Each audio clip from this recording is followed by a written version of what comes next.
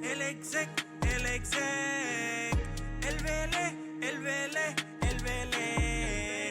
el fenómeno que todos quieren ser, el chamaquito que no pueden entender. How we doing, guys? Welcome to the Exec Talk Podcast. I'm your host, Velez. Episode 152 was good. What's up? Like, subscribe, hit the notification bell. Follow me on all my socials. Comment. Do all that good shit. You know what I'm saying? All right.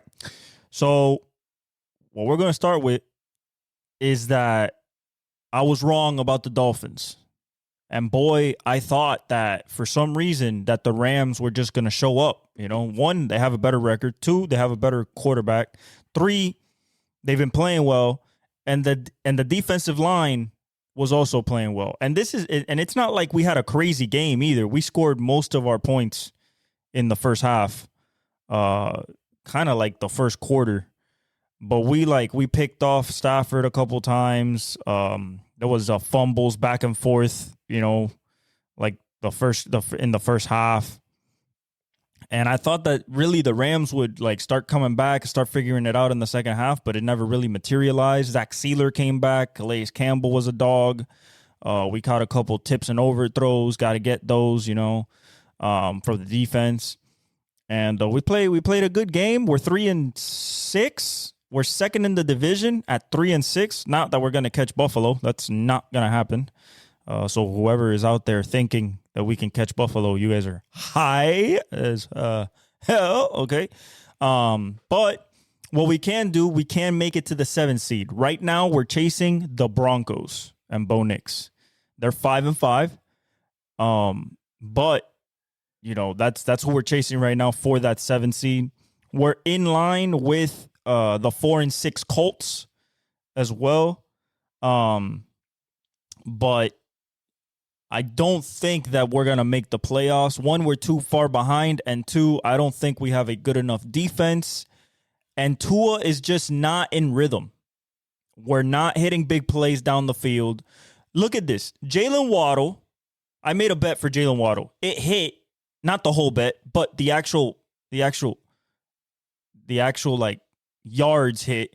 The yards hit in the first drive. You know why? Because the only 2 passes this man caught and the only 3 targets that he got were in the first quarter.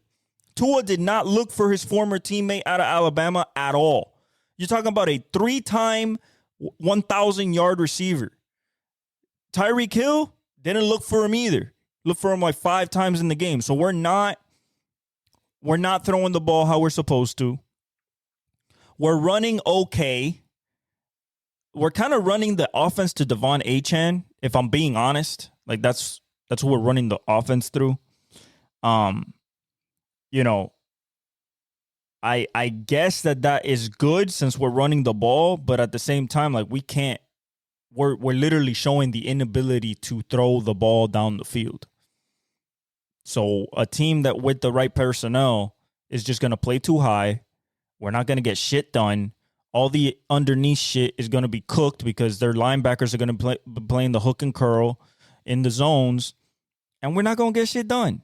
And if we can't run the football with Devon Achane and he can find a crease and bust one, our defense is going to be out there on the field too much because we're going to be doing 3-and-outs or short drives, and that's how we get cooked. Usually in the second half, we get ran over, we get passed over, too tired.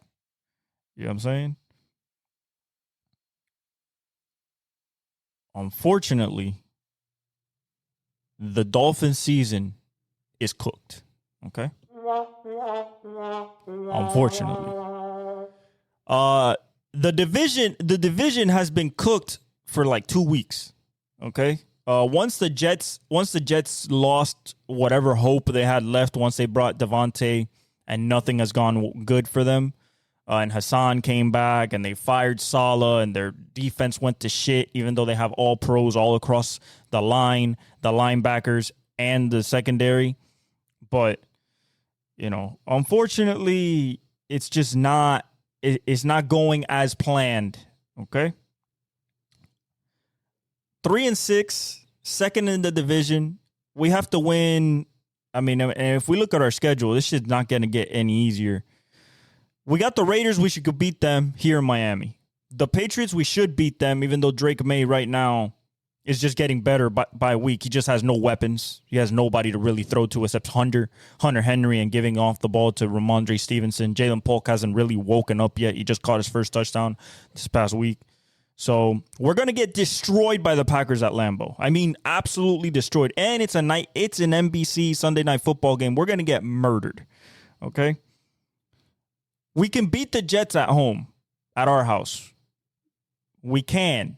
Unless the defense really wakes up, unless like Quincy Williams and Will McDonald, and you got Sauce out there covering Tyreek, and you got Reed covering on the other side with Jalen Waddle, But I think from what I've seen, unless our defense just folds and just says Devontae and Garrett Wilson and Breece Hall just destroy our game plan, but that's a winnable game. The Texans are going to cook us because Nico Collins will be back. So they're going to cook us alive. The 49ers are going to cook us alive in Miami. The Browns we can beat unless Jameis is throwing the ball all over the field to Jerry Jeudy, and that's it. Elijah Moore, I guess. And then we got the Jets in New York as the last game. So we can win the Browns game, the 2 Jets games. That would put us at 6-6. But then again, we're losing against the Texans, 49ers, and the Packers. So 6-9. Good season. Oh, and we beat the Raiders. So I guess 7-8. That's horrible. That's horrible. That's awful. From what we did last year, from the offense being the number one passing offense, from getting to the divisional round, from what we did last year to this year, awful. But that's what happens when Tua gets a concussion. He misses 4 weeks. There's no continuity within the offense. Our backup sucks. You know what I'm saying? Our defense is really not playing up to snuff. But as for the stats for this game, they really weren't all that either way. Like on either side, they really weren't all that. Tua went 20 for 28 for 207, 7.4 yards an attempt, a touchdown, a pick, 3 sacks, 36 yards, a QBR of 33.2, rating of 89.4. We ran the ball for 22 carries for 67 yards, a grand total of 3 yards per carry. Just awful. We threw the ball 28 times, ran it 22 times. So the run balance was okay. I mean, it wasn't egregious. This wasn't a track meet either by any means. Devon Achane went 12 carries for 37 yards, averaging 3.1 yards a carry. That's abysmal. Malik Washington, the rookie out of, I believe he's from Virginia. I believe he's a Cavalier. He got 1 carry for 18 yards. That was their touchdown. Jalen Waddle was our leading receiver. Like I said, 3 catches for 57 yards, most of that in the first drive. Jonnu Smith went 3 for 45 on 4 targets. Jalen Waddle got 6 targets. Like, this is abysmal to me. Jalen Waddle with 6 targets. Tyreek with 4 targets. If you're not getting 10 targets to these dudes, you are doing a disservice to your offense.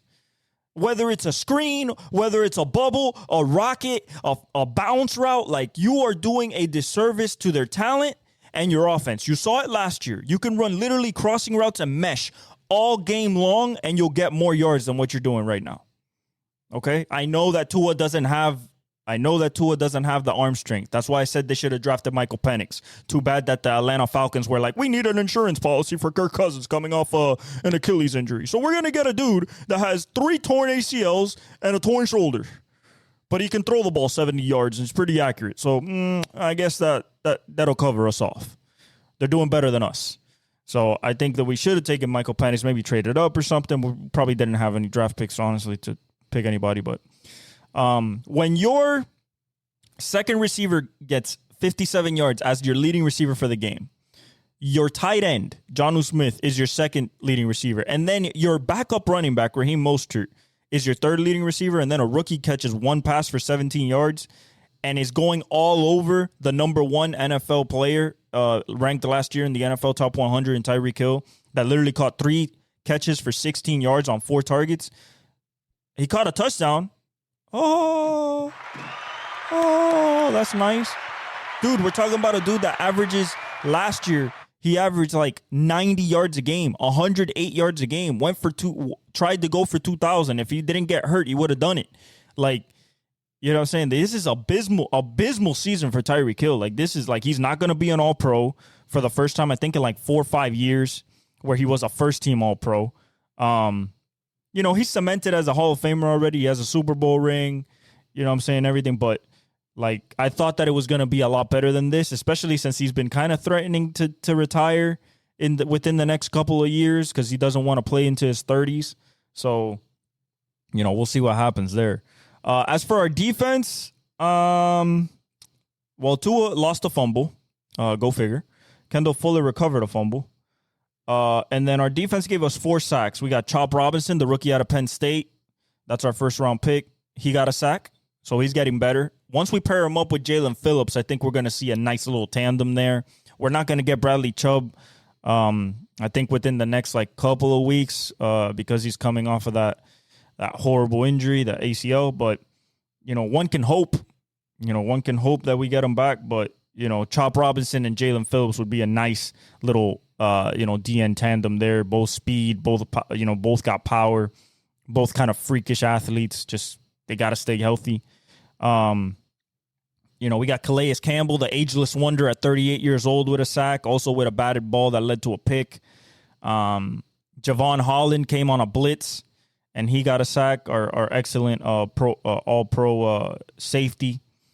And then as a pick, we got Anthony Walker with a pick, returned it for 5 yards. As for the Rams, very disappointed in the Rams. Matthew Stafford went 32 for 46 for 293, 6.4 yards an attempt, 0 touchdowns, 1 pick, 4 sacks for 36 yards, 35.1 QBR, 77.5 passer rating. They ran the ball 18 times for 70 yards. Guys, they passed the ball 46 times to 18 carries. Okay, you talk about McVay just literally just saying, we're not going to run the ball. Even though we have a running back that can run, you know, Kyron Williams, you know, 3rd year out of Notre Dame, excellent runner. But, you know, 46 passes, this is not a track meet. This is 23-15. What are you passing the ball so much for? Like, you're just putting everything on Matthew at that point, and he wasn't even that good in this game. When you look to the passing, Puka went 9 for 98 on 14 targets. That's the type of target share that I'm talking about for Tyreek. Yeah, 9 catches for 98 yards on 14 targets. That's what he used to do last year. That's what everybody used to. That's why when you have to bet last year, Tyreek, it was over 100. And we were always like, what? We were like, 103.5 over? It was always like, it's really like, that's a lot. But that's what he was doing. This year, he's at like 78, 70, and he still doesn't hit it. So Puka was at 9 for 98. Cooper Kupp went 7 for 80 on 7 targets. I think he has to divide those targets a little bit better, 10 and 10, 10 and 12.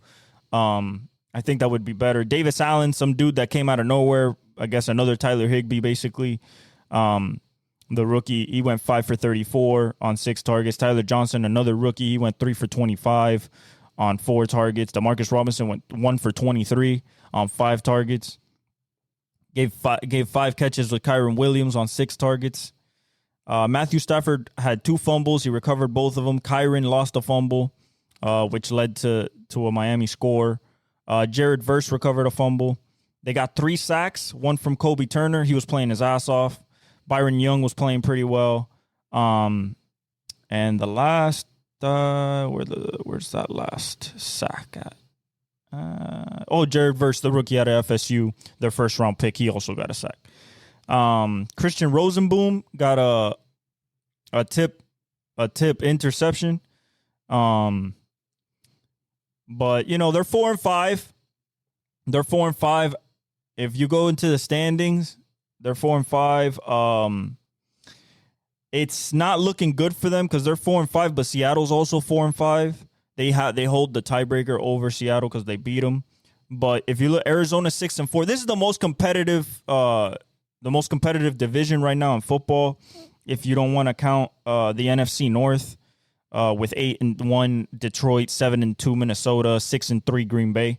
But as in like all 4 teams are in, this is probably the most competitive division in football. We got 6-4 Arizona, 5-4 San Francisco, which is probably going to get better because they got C-Mac back. So that means, CMC basically unlocks their whole offense. So, expect Juwan Jennings to have big days. Expect Debo to have a big day. George Kittle, because it all runs through C-Mac. C-Mac is like a Steph Curry. He creates gravitational pull by the defense and so much attention by the defensive coordinator that it creates holes in everywhere else. The Rams are 4-5. They're not out of it by any means. Seattle either, but if they lose again, then it'll start growing the gap. All right, so we talked about that game. Next, we're gonna talk about Roki Sasaki. An excellent, like I said last episode, the 23-year-old from Japan that throws over 100. Guess what teams are looking at this dude? Which is incredible for me to know, because like if the MLB allows this to happen, Dodgers, Padres, Mets, like we're talking about the Yankees, we're talking about the same teams that basically just dominated the league. So imagine a guy who is basically an ace, number 1 of 1, 1.1, if you will. A guy like a Ohtani, a guy like a Yoshinobu Yamamoto, a young Yu Darvish, another Japanese star coming over, probably going to get a huge bag. And he's either going to pitch with Shohei and Yoshinobu Yamamoto, which is probably where he wants to go, or he wants to pitch for his idol, Yu Darvish at the Padres. I don't know why he would go to the Mets. I look at the Mets and I'm just like, young talent. You got Vientos, you got Alvarez, you got Lindor. You don't know what you're going to do with Pete Alonso. Iglesias is old at this point. You got McNeil, Nimmo, but pitching wise, they need so much help. Like you're not going to do what you did this year with the same Minaya, Quintana, Peterson. You're not doing that. You're not rolling out there going against, in the NL especially, Arizona's going to get better. The Phillies are going to retool. So like I don't think that you should, as the Mets, it's like, yeah, you want Juan Soto, but you're going to pay him $600 million, and then what? Just let Roki Sasaki slip by? Like who do you have in your system to really like elevate your pitching staff? Do you have people coming off of injury? I don't think so. So they're still feeling the effects of having Jacob deGrom for those years all injured. The Max Scherzer failed experiment. The Harvey, he fell off a cliff. Arrieta, he fell off a cliff. So like, I think that they're still feeling the effects of that. Maybe they go after a Sandy Alcantara. They go to Miami and go, hey, I know you guys like dealing good players. So can you give a Sandy? Or maybe a Yuri Perez or a Jesus Luzardo? But I think that they're not going to be as good next year because everybody else will get better. But as for Roki Sasaki, I would like to see him at the Dodgers, maybe at the Padres. I think that there's not really any other teams that could really fork up the real money that he's going to command. I mean, you're talking about a 23-year-old ace that is coming off just having a 1.6, 1.8 for the last 4 years in Japan as a 19, 20, 21-year-old. So this guy is still, legit. But, I think that overall is going to be a race to who signs him. Same thing with Juan Soto. All right. So this week we have the penultimate race in Formula One in Las Vegas, the second time. Last year was the first, where they raced around the sphere. It's literally, essentially, next week. Okay, so they took 2 weeks off. So Las Vegas is next week. Interesting. That's crazy. But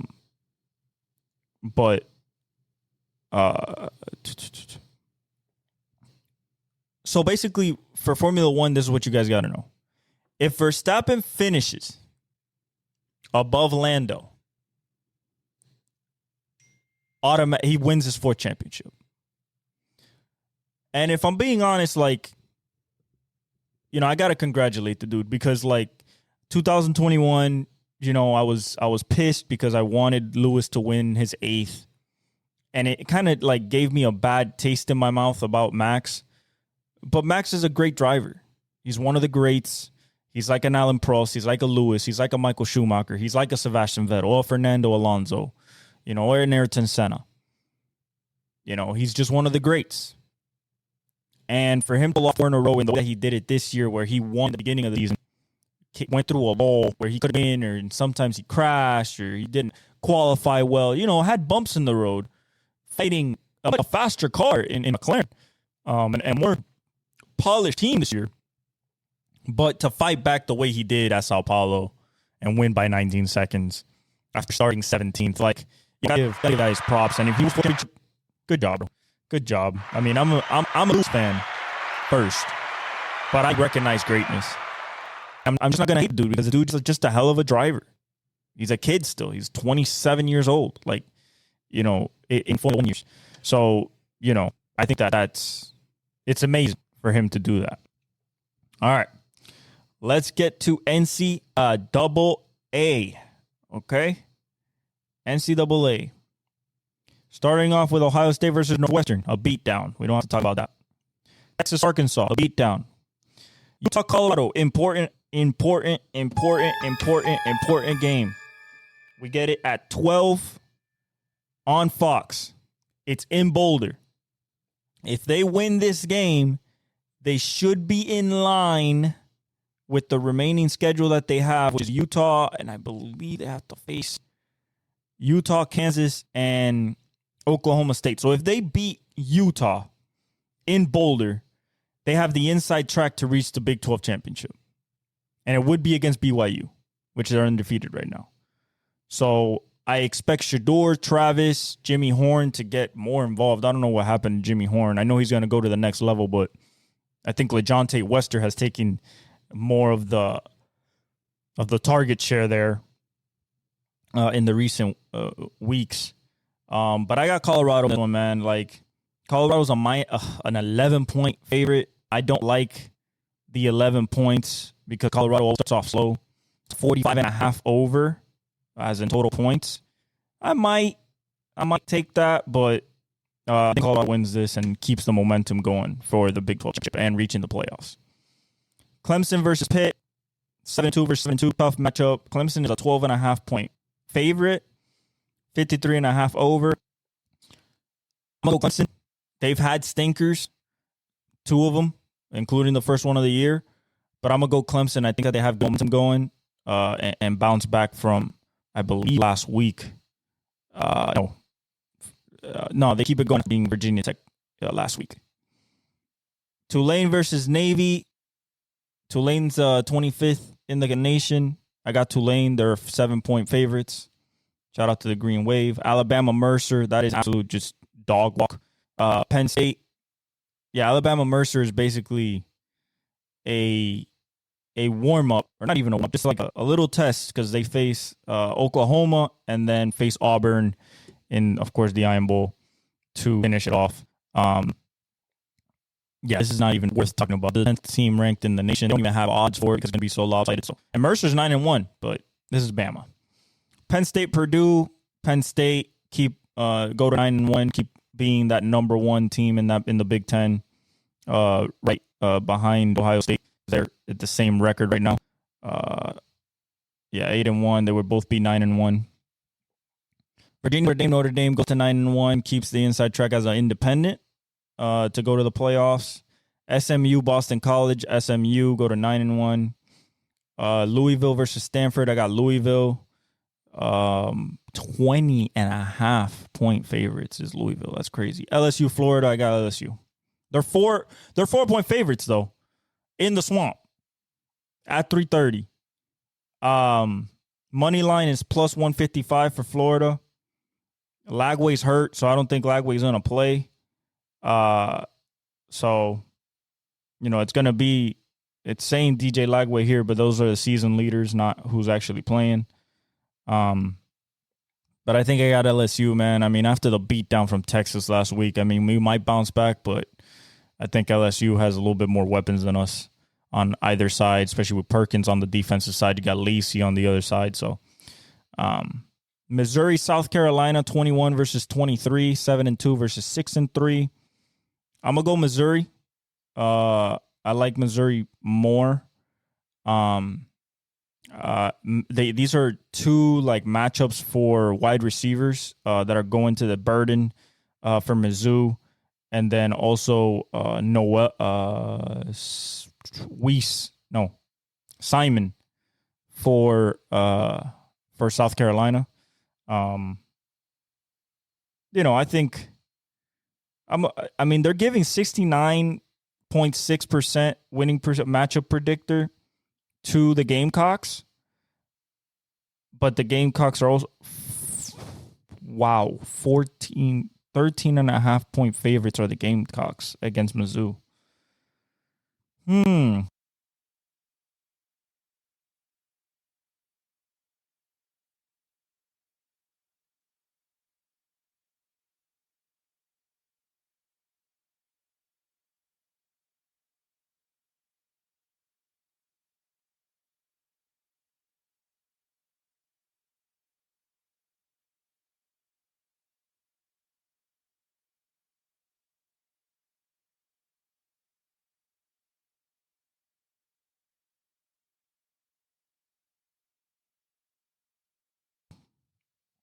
Okay, I'll buy it.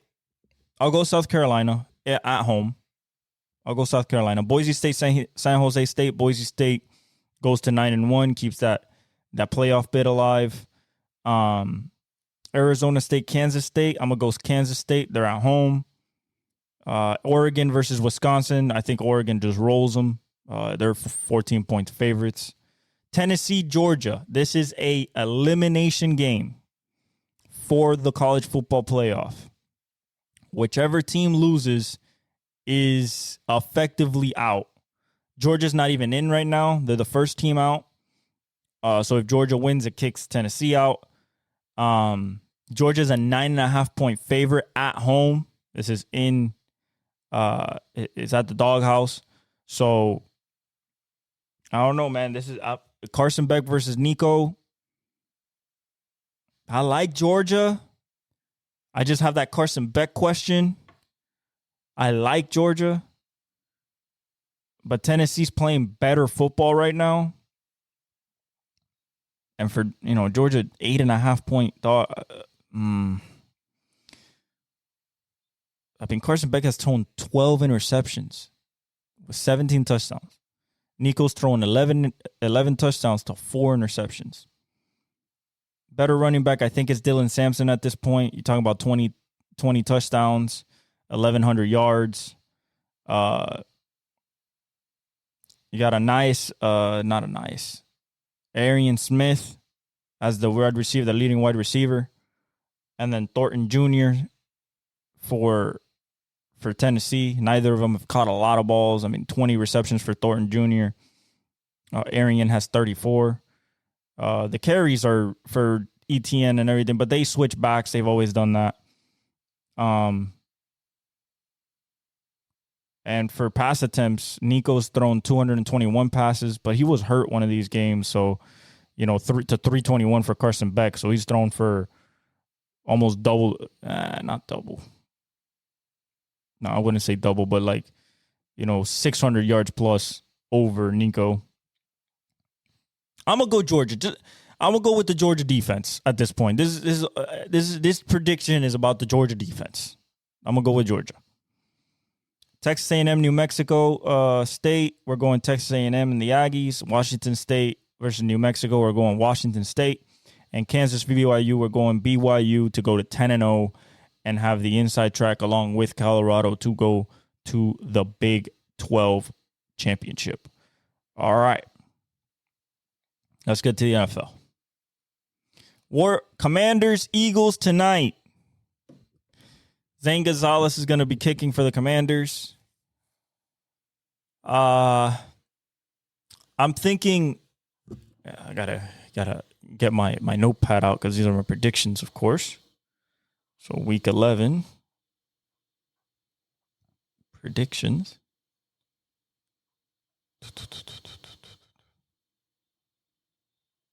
All right, I'm going Eagles. I was thinking about the Commanders.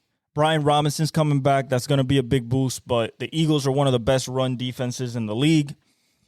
And when you talk about, Commanders play a lot of man-to-man, and you cannot play a lot of man-to-man against guys like A.J. Brown and Devontae Smith. Also, Jahan Dotson's coming back home to where he got drafted, and they got rid of him. So it's definitely a revenge game. You can't stop Saquon. Jalen Hurts is playing really well. That defensive line is absolutely disgusting. The Commanders' offensive line is hurt. They got banged up everywhere. It's only Scary Terry out there against Quinyon Mitchell or Cooper DeJean, whoever covers them. So I'm going to go Eagles because the Eagles are a healthier team and they have a lot more resources to deal with the Commanders. I love Jaden Daniels. I think he might have a pretty good game, but I think the Eagles take control of the NFC East with a win there. Ravens Steelers, I'm going Ravens even though it's in Pittsburgh. Listen, I understand that you guys want to say Russell Wilson, TJ Watt, the defense. You can't deal with Derrick Henry. Point blank simple. If you want to deal with Derrick Henry, you're going to have heavy boxes, and you're going to put out there against Rashad Bateman, Zay Flowers, and Deontay Johnson. And Deontay Johnson's coming back to Pittsburgh to face you guys. I just don't see it.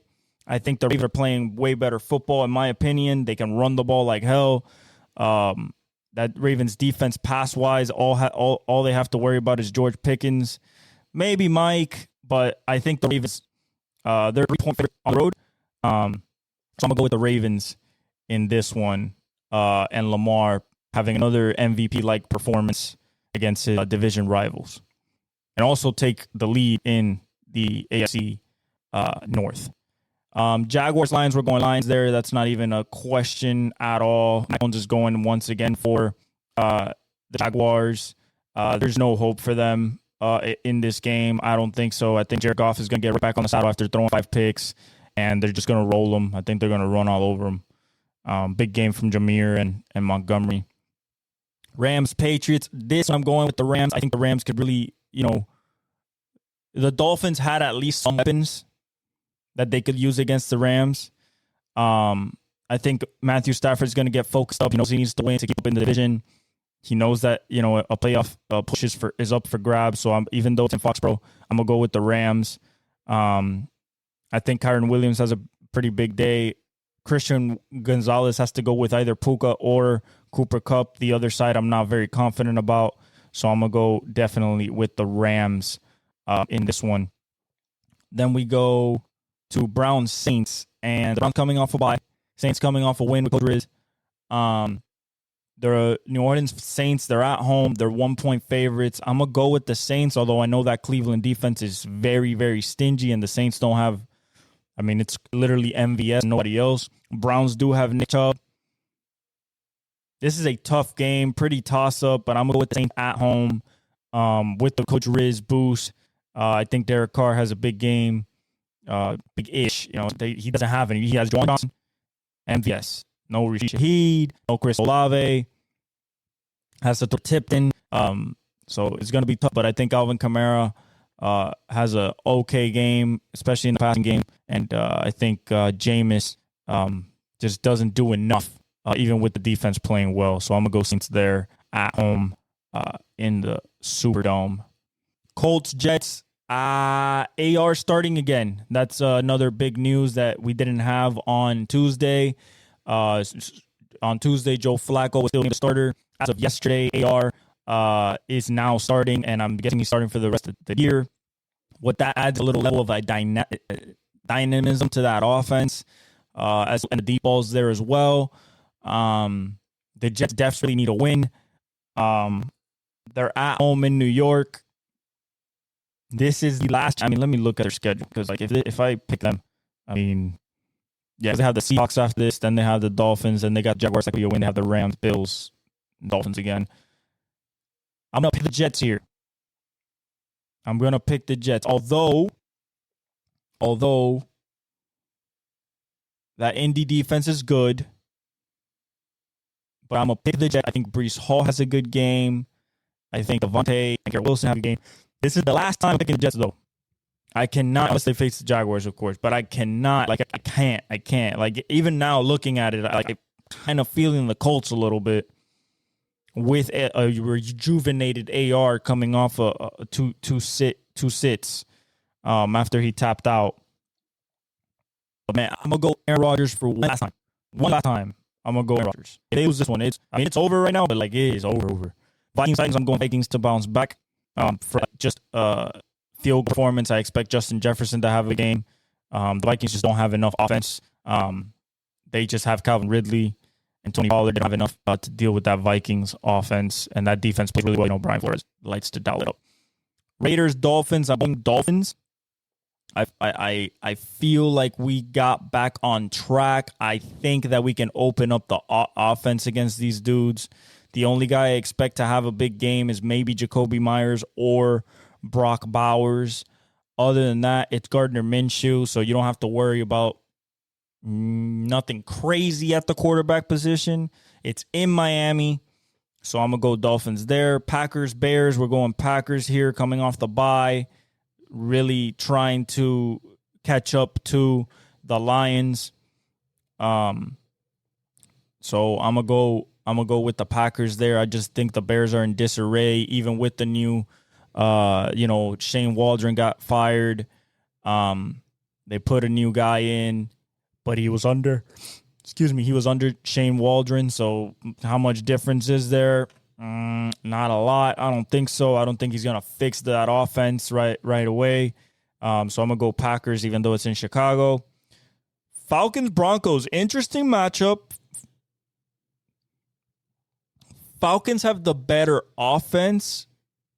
Broncos have the better coach and the better defense. 4-5 versus 6-4 versus 4-5. Falcons coming off that bad loss against the Saints. Broncos coming off that devastating loss against the Chiefs on the blocked field goal. It's in Denver. Denver's 2.5-point favorites. I believe Denver could run the ball on this team with Javonte Williams. But then again, the Broncos have to stop Bijan, Pat Surtain. I'm going to go Broncos here. I just think that defense is really, really good. Granted, they're facing a really good offensive line in the Falcons.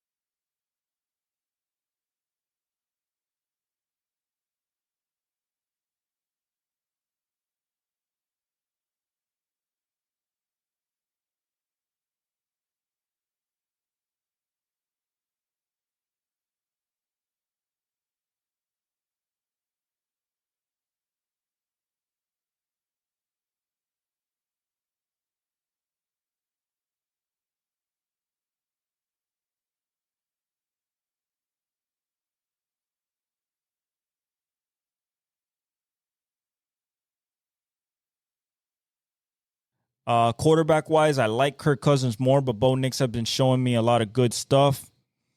The only thing I'm worried about is that Bo Nix has to face Jesse Bates, A.J. Terrell, and Justin Simmons with only Cortland Sutton. I don't think that he's gotten a rapport with Troy Franklin yet, with his former Oregon teammate. So that's the only thing I worry about. Man, I think the Falcons are going to go for the win, though, because they have to. They need to win in order to secure a higher seed and not just get the 4th seed in the NFC. Man, that's tough. But the Broncos have Sean Payton. Bo Nix has been playing pretty well. I'm going to go with the weapons. I'm going to go with the Falcons. I just think that they have too much weapons compared to the Denver Broncos right now. So I'm going to go with the Falcons on the road to beat the Broncos. Seahawks 49ers, I'm going Niners. It's in Santa Clara. CMC is back at full health. He's going to get more touches this time. So I'm going to go Niners. I feel confident about that. I think Juwan Jennings is going to have a nice day. Debo, Kittle possibly. Their offense is, like I said, it's just going to open up. They're 6.5-point favorites. It's a bit, but, Seahawks coming off the bye. I think 49ers want to really win this division, and they have to chase down the Arizona Cardinals. So I think the Niners got this. Chiefs, Bills. Oh, man, 9-0 versus 8-2 in New York. The last 3 meetings in the regular season, Bills are 3-0 versus the Chiefs, 0-3 in the postseason. Buffalo's 2.5 favorites at home. But for my liking, the better defense is the Chiefs. The better situational team is the Chiefs. Better quarterback is with the Chiefs. So I'm going to go with the Chiefs, okay? Better coaches with the Chiefs as well. So I'm going to go with the Chiefs. Until they show cracks in the armor last week, that was a really good defense. Until they show real cracks in the armor, they're 1 week away or 2 weeks away from Pacheco coming back. So they're going to have Kareem Hunt and Pacheco. They have to get Xavier Worthy involved more. I thought that at this point in the season, he would really be, part of the offense, but we'll see. I like the Bills, but until they could be 3-0 in the regular season, but the Chiefs are still the Chiefs. They're 9-0, and I know Andy Reid's going to have these boys buzzing. So is Pat. Bengals, Chargers. Huge game for the Bengals. Chargers can keep up with the Chiefs essentially for the first wild card spot for that 6-7 spot because they're above the Broncos right now at 6-3. If they get to 7-3 and somebody falls, let's say, Broncos fall, or looking at who else is up there, Steelers 7-3. So the Chargers are going to be they're 1.5 point favorites. So this is basically a toss up. Don't know if T. Higgins is going to play. We still don't know that. That would change, in my opinion, where I would go. T. Higgins, questionable. He is slated to come back. Higgins quadricep remain limited at practice. Let's see here. News. Bengals, Higgins doubt. Oh, that was 8 days ago. I think he's playing. I think he's finally playing with the quad. I'm gonna go Bengals here. I like Hendrickson on their defense. They have more explosion than the Chargers right now. It's gonna be Harbaugh's gonna try to harbor it up, but I think Joe Burrow is gonna try to find Jamar and T, and I'm gonna go Bengals here. I'm gonna go Bengals as the underdog by 1.5 in SoFi. And then Monday, Texans, Cowboys. We're going Texans. Cowboys have no chance in hell. They have Cooper Rush, CeeDee Lamb, and Michael Parsons. That's about it. Texans are going to get back Nico Collins for sure. He's playing for sure, because he was a game-time decision last week. So Nico Collins is going to play for sure. Let me just make sure. Collins' hamstring was limited participant at practice. News. Let's see. If that was last week. Yeah, I think Collins is playing. So I'm gonna go Houston in Dallas. They need to win to keep up in the AFC South. to keep being like the best in the AFC South and also not be the fourth ranked team in the conference when they win the division. So, and they need to get confidence back from losing 3 in a row at this point. I think they've lost. They lost the Lions. They lost to the Jets. No, they've lost 2 in a row. So they're going to get back on the saddle, beat the lowly Dallas Cowboys that announced Rico Dowdle will be taking full-time duties at running back. I think it's a good move. It's better than Ezekiel Elliott.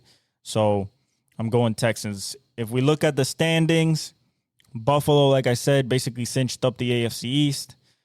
Pittsburgh and Baltimore are battling this week, as it's going to go a long way to decide the AFC North. Houston has a 2-game lead on, or 2 or 4-game lead on Indy. So they basically have the division in control, but they have to win. They have to keep winning to not only keep the division, but to not be the fourth team of the division winners. KC versus Chargers are 6-3. Denver's 5-5. KC's 9-0. 2 more wins. I think they pretty much have the division intact. Even now, I'm pretty confident in saying that they have the division intact. But I think 1 more win for sure just kind of clinches that. The NFC's different. Philadelphia and Washington face each other tonight for the lead in the division. Eagles have the lead right now. If Washington wins today, they retake the lead because it would be 5 in the division. They would go to 3-0 in the division. If Philly wins, they go to 3-0 in the division, take a commanding lead in the division. Dallas is not close. Neither is Giants. In the NFC North, you got Detroit at 8-1. You have Minnesota at 7-2, and Green Bay at 6-3. Chicago's at 4-5, but they're losing ground and quick. So Green Bay has to win, get to 7-3. Hope that Minnesota loses, get to 7-3. Tie them for probably the number 1 wild card spot with Washington or Eagles, whoever loses tonight. And then 8-1 Detroit. If they keep winning, I think 2 more wins. Basically, if Minnesota slips at all, it creates too big of a gap to come back from because Detroit's that good. So Detroit is slowly but surely clinching that division. Atlanta at 6-4, Tampa Bay at 4-6. Tampa Bay can get close, but like without Mike Evans, without Chris Godwin, I think it's going to be tough. Atlanta has to keep winning though, because if they keep slipping, Tampa Bay will be on their heels. Tampa's lost 4 in a row though. So they're going to try to get back off the schneid after this bye week because they don't play this week. And then you got Arizona, the most competitive division in football, 6-4, 5-4, 4-5, and 4-5. Seattle has to win. The Rams have to win. San Francisco has to win because if they win, they tie Arizona on their bye week at 6-4. And then moving forward, they have a battle for the rest of the division for the rest of the season. So that is that. Yeah, let's look at the stats real quick. Lamar is pretty dominant, but the leading passer in the league is Joe Burrow at 2,672. Lamar's at 2,669. Kirk Cousins at 2,634. Geno is at 2,560, and Baker's at 2,505. Rushing leaders. Derrick Henry's at 1,120. Saquon's at 991. Chuba Hubbard, 818. That's interesting. Josh Jacobs at 762. And Bijan's at 748. Receiving, Jamar's at 981. Justin Jefferson right behind him at 831. Terry McLaurin at 711. Garrett Wilson at 704. Zay Flowers at 688. Defensive leaders, Zaire Franklin's already over 100 tackles. He's at 105. What's his guy's name? Buda Baker, as a safety, which is insane, is at 100 tackles. Nick Cross for Indy's at 98. Oakon is at 97. And I believe his name is Jamin Sherwood is leading the Jets in tackles, 97. Sacks, Trey Hendrickson for Cincinnati's at 11. Dexter Lawrence is at 9, which is incredible from the nose tackle. Dante Fowler, interesting, the former Gator, 8.5. Will McDonald, 8. and Aiden Hutchinson still in the top 5 after suffering the big injury at 7.5. And then interception, Xavier McKinney's at 6. Kirby Joseph is at 6. Marlon Humphrey's at 4. Byron Murphy's at 4. And Jalen McCullough? Yeah, Jalen McCullough for the Rams is at 4. Those are the stats as of right now. Now, let's get to the NBA. NBA Cup kicked off. Boston lost to Atlanta in the first day NBA Cup game. If we look at the standings, Cleveland's at 13-0. Boston's at 10-3. They're 7-3 in their last 10. Orlando's 7-6 without Paolo, so third in the East. New York is starting to get their groove back. They're at 5-6. Indiana's playing well, especially with Benedict Mathurin, combining him with Tyrese Halliburton, Miles Turner, Jarris Walker. They're playing pretty well. They're at 5-6. Chicago's at 5-7 with Veen and Kobe White. Atlanta's at 5-7. Reece Shea's playing pretty well. They don't have Trae Young right now. He's a little bit dinged up.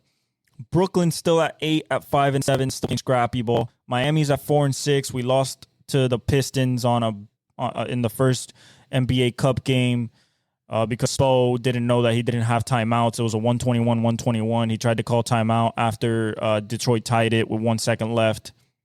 Unfortunately, we didn't have timeouts. That's technical. They hit the free throw. We lose. Detroit's at 5-8 at 10th spot. Charlotte's at 4-7. Milwaukee's at 4-8. Slowly picking it back up. They've won 2 in a row. We'll see if they can keep it going. That's without Damian Lillard with the concussion. Washington's at 28. Philly's still at 29, even with George. Embiid didn't play well, so we'll see what happens moving forward. And Toronto, with Grady Dick playing pretty well, is at 2-10. They suck because they're young. In the West, you got 10-2 OKC number 1. You got Golden State 9-2. They just beat Dallas. Steph Curry, 24 second, left 3, night. When Clay came back with the celebration, Clay coming back, they gave him a tribute video. 400 employees were wearing captain's hats. The whole crowd was wearing captain hats and everything like that, but Golden State pulled it out. DeAnthony Melton sprained his ACL, so we'll see how that affects the rotation that Steve Kerr was running. Phoenix is at 9-3. Denver's at 7-3, so they picked up again. They're playing well. Braun is playing well. Julian Strother's playing well, and they're always being Joker. Jamal is playing well, but he's not really going up there yet. I would like to see that. Houston 8-4. Jalen Green is playing good. Sengun, Amen Thompson. I want to see more Ken Whitmore. I want to see more Reed Shepard. Tari Eason is being an absolute double machine. They're playing great defense, top 5 in defense. They've won 3 in a row. Looks like a really good young team under Ime Udoka, a defensive head coach. Lakers at 7-4. They recovered a little bit from the little slide that they had. They're 6-4 in the last 10, won 3 in a row. LeBron's playing great. So is AD. Austin Reeves is playing well. Connect. JJ Redick's doing a pretty good job. Memphis without Ja for the last 2-3 games, 7-5, 6-4 in the last 10. Edey playing well. Some Jr.'s playing well. Jalen Wells, their second round rookies playing well. So they're Luke Kennard is shooting the shit out of the ball. So they're playing pretty well. Sack is 7-5. DeMar's playing well. So is De'Aaron Fox. So De'Aaron and DeMar got hurt yesterday. So we'll see what happens with that. So Sabonis playing well. Clippers recovered a little bit. 6-6. They're a scrappy team. Powell's playing great. Zubac is playing great. Derrick Jones Jr. is playing well. James Harden is passing the ball, but he's not hitting from 3. San Antonio just coming off Victor Wembanyama 50-piece for the first time in his career and 8 threes. They're 6-6. They're 5-5 in their last 10. 1-2 in a row. Looks like starting to find continuity. Devasel came back. Stephon Castle's finally starting, the rookie out of UConn. So I like how the team is coming together. Pop suffered a stroke, so he's going to be out an indefinite amount of time. Shout out to Pop. But they're doing pretty well. Minnesota 6-6, still trying to figure out. Play with Julius Randle, starting to put Dillingham in the rotation, which I like. Nas Reed is playing his ass off. Anthony Edwards kind of up and down. He has a good game, then he has a social game, so he's trying to still find his level. Leading the league in 3 points right now. Julius Randle just trying to find his way. Playing pretty good defense. Just lost back games to Portland though. That's tough. Especially one of them was the NBA Cup game, so that's tough. Dallas is falling a little bit, 5-6. They lost 3 in a row. Luka's playing inefficient. He's playing well. He's playing inefficient, especially from 3. Kyrie's playing great. Clay's playing great, but they just can't get it together on the offensive end because Luka is being efficient. So once Luka starts being back to himself, because they're playing great defense with Derek Live and Gafford. So once they start hitting threes again, especially Luka, they should be better. Portland 5-8. They won 2 in a row, 2 against Minnesota. Shin Sharp is looking like the star we thought we would see. He only won, but he dropped 33 yesterday. Smooth game, hyper athletic, super good. With Anthony Simons out at the moment, can take control of the offense. Scoot playing well, facilitating. I think he should get more in his scoring bag. But they're playing pretty well. Tumani Kamara and Danny Advia, they're playing well. New Orleans hurt beyond measure. Zion's out. Alvarado's out. They got Trey back. Jones is still out, so they got their whole team still out. CJ's out, and then you lost 2-8. They're just young and just trying to win, just like Toronto. As for the stats, as of right now, Giannis is at 33.3 points per game. So he's being Giannis. Hopefully they start winning now. Anthony Davis at 30.2, but he got hurt. So but he played yesterday, so I think he should be fine. Jason Tatum's at 30.2. He's playing great. Can't knock him. Be playing good. LaMelo 29.9, almost 30 points a game. He's playing the ball well. He's playing well. Brandon Miller assisting well. Nikola Jokic at 29.7. If we would complete leaders, right under Luka at 20.5. Not really his real numbers. So he's supposed to be at 31, 32. Shaquille Alexander, same thing. He's 27.9 except for win because they have a little more sharing of basketball. It's not on him. With Chet now out, he's back to that 30-point threshold. Anthony Edwards at 27.8. I thought he was gonna get at 30. Maybe he gets there. Still early. I think he will get there, but he has to develop a little bit more consistency. Kevin Durant's at 27.6. It's AD. Clinton Towns 26.5. The guy that's really surprising me is Jalen Brunson. He's not playing at the level he was last year. Stephen Curry's at 23.9 because he's not playing super minutes. He's playing like 29.1 minutes. And before that, he played 30 minutes yesterday. He was actually like 25 minutes a game. They're winning. They're playing a 10-man lineup, so they're winning. Jalen Brunson's at 24.3. Not really what we expected. He was at 27 last year, so we'll see him bump up that. Hopefully, Braun's still at 24.3. Tyler Hero's at 24.9, has a couple 30 balls. Damian Lillard's at 26. Kyrie Irving's at 25.2. Norland Powell is at 24.9. Cam Thomas at 23.8. Kate Cunningham's at 23.8. Donovan Mitch, 23.6. A low, but they're defeated, so it doesn't really matter. Victor at 22.3 after that 50-point explosion. That makes sense. As for assist leaders, we got Nikola Jokic at 11.7 a game. Trae Young is at 11.5. LeBron at 9.4. James Harden's at 8.8. So he is assisting. He's just efficient shooting the ball. Chris Paul's at 8.6.